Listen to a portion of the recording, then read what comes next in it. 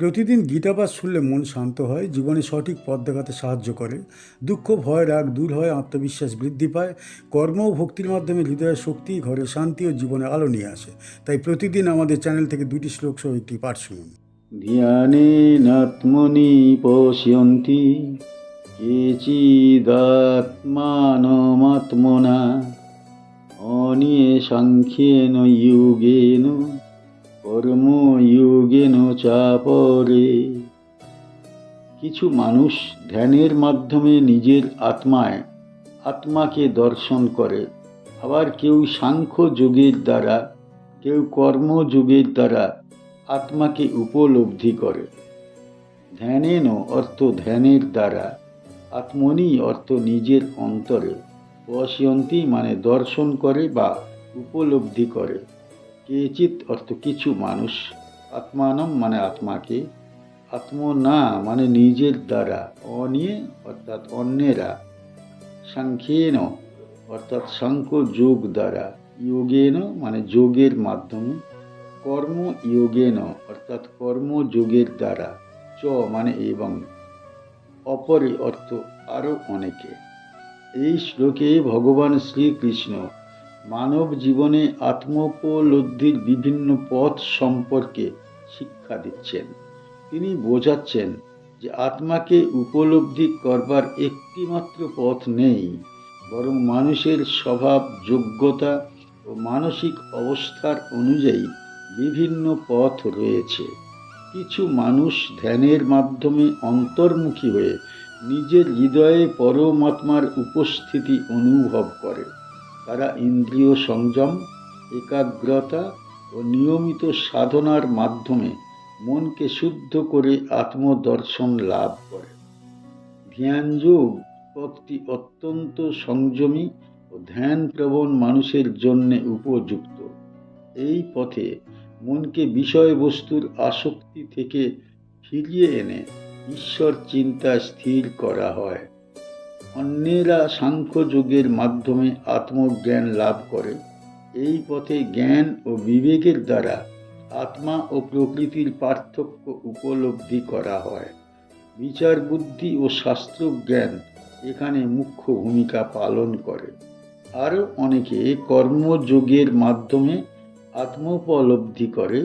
তারা সংসারে নিজের কর্তব্য নিষ্ঠার সঙ্গে পালন করে, কিন্তু কর্মফলের প্রতি আসক্ত হয় না। সমস্ত কর্ম ভগবানের উদ্দেশ্যে নিবেদন করে তারা চিত্তশুদ্ধি লাভ করে। এই 3টি পথের মূল উদ্দেশ্য একটাই, আত্মজ্ঞান ও ভগবান প্রাপ্তি। পথ আলাদা হলেও গন্তব্য একই।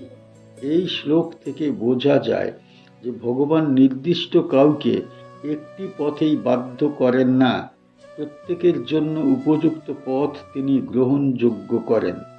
এখানে শ্রীকৃষ্ণ ক্ষেত্রজ্ঞ ও আত্মতত্ত্ব ব্যাখ্যা করবার পর আত্মোপলব্ধির বিভিন্ন সাধন পথ বর্ণনা করছেন।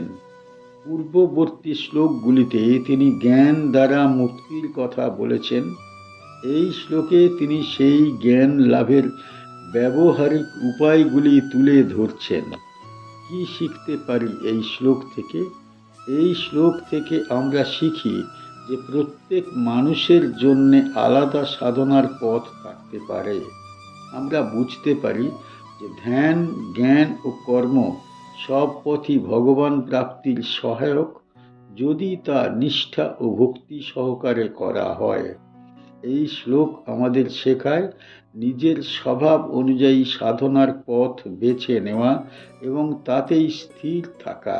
আমরা আরও শিখি নিয়মিত সাধনা, নিষ্কাম কর্ম ও আত্মচিন্তার মাধ্যমে জীবনকে পবিত্র ও সফল করা যায়।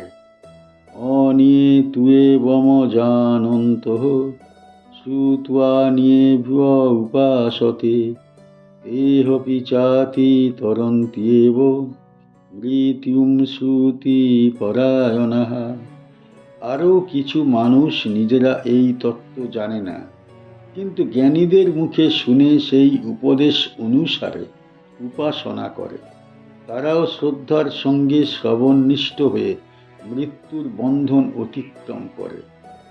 অন্যে অর্থাৎ অন্যেরা, তু অর্থ কিন্তু, এবং মানে এইভাবে, অজানত মানে না জানা অবস্থায়, শ্রুত্বা অর্থাৎ শুনে, অনিয়েভ্য অর্থাৎ অন্যদের কাছ থেকে, উপাসতে মানে উপাসনা করে, তে মানে তারা, অপি মানে অর্থ, চ মানে এবং, অতিতরন্তি মানে অতিক্রম করে, এব মানে অর্থই, মৃত্যুম অর্থাৎ মৃত্যুকে, শ্রুতিপরায়ণাহা মানে শ্রবণে নিষ্ঠাবান ও বিশ্বাসী।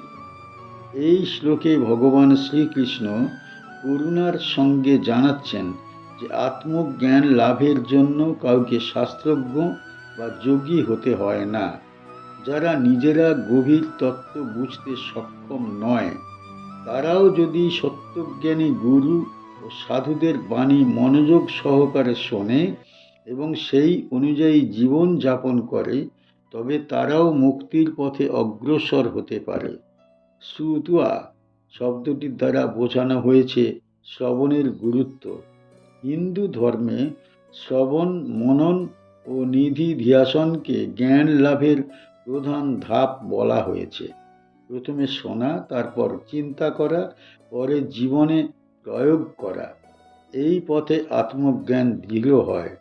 যারা অহংকার ত্যাগ করে বিনয়ের সঙ্গে জ্ঞানীদের কথা গ্রহণ করে, তারা ধীরে ধীরে অন্তর্শুদ্ধি লাভ করে।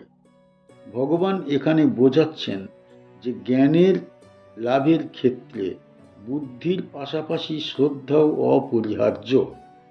শ্রুতিপরায়ণাহা এর অর্থ যারা শ্রবণকে জীবনের মূল সাধনা বানায়, যারা শাস্ত্রবাণী ও গুরু বাক্যকে হৃদয়ে ধারণ করে এবং সেগুলিকে জীবনের পথ প্রদর্শক করে তোলে। এমন মানুষেরা কঠোর তপস্যা বা জটিল সাধনা না করলেও ভগবানের কৃপায় সংসার বন্ধন অতিক্রম করতে পারে, কারণ তাদের অন্তরে বিশ্বাস, ভক্তি ও সমর্পণ থাকে। এই শ্লোক আমাদের মনে করিয়ে দেয় যে ঈশ্বর লাভের পক্ষে সাধারণ মানুষের জন্য সহজ ও সুগম পথ আছে। এই শ্লোকটি ভগবদ্গীতার 13 অধ্যায়ের অন্তর্গত। পূর্ববর্তী শ্লোকে ভগবান ধ্যানযোগ, সাংখ্যযোগ ও কর্মযোগের কথা বলেছেন। এই শ্লোকে তিনি আরেকটি পথের কথা জানান, শ্রবণ ও বিশ্বাসের পথ। যারা নিজেরা তত্ত্ব চর্চা করতে অক্ষম, তাদের জন্য এই পথ বিশেষ সহায়ক। এই শ্লোক থেকে আমরা কি শিখতে পারি? এই শ্লোক থেকে আমরা শিখি যে বিনয় ও শ্রদ্ধা আত্ম উন্নতির প্রধান ভিত্তি। আমরা বুঝতে পারি যে জ্ঞানীদের উপদেশ মনোযোগ দিয়ে শোনা ও পালন করা মুক্তির পথে নিয়ে যায়। এই শ্লোক আমাদের শেখায় যে অহংকার ত্যাগ করে গুরু ও শাস্ত্রের আশ্রয় নেওয়া। আমরা আরও শিখি যে আন্তরিক বিশ্বাস ও নিষ্ঠা থাকলে সাধারণ মানুষ ভগবানের কৃপায় সংসারের বন্ধন থেকে মুক্তি লাভ করতে পারে। চ্যানেলের গীতা পাঠ কেমন হয়েছে, ব্যাখ্যা কেমন হয়েছে, আপনার কেমন লেগেছে কমেন্ট বক্সে অবশ্যই জানাবেন, এবং প্রতিনিয়ত গীতা পাঠ শোনার জন্য চ্যানেলটা অবশ্যই সাবস্ক্রাইব করে রাখুন। দেখা হচ্ছে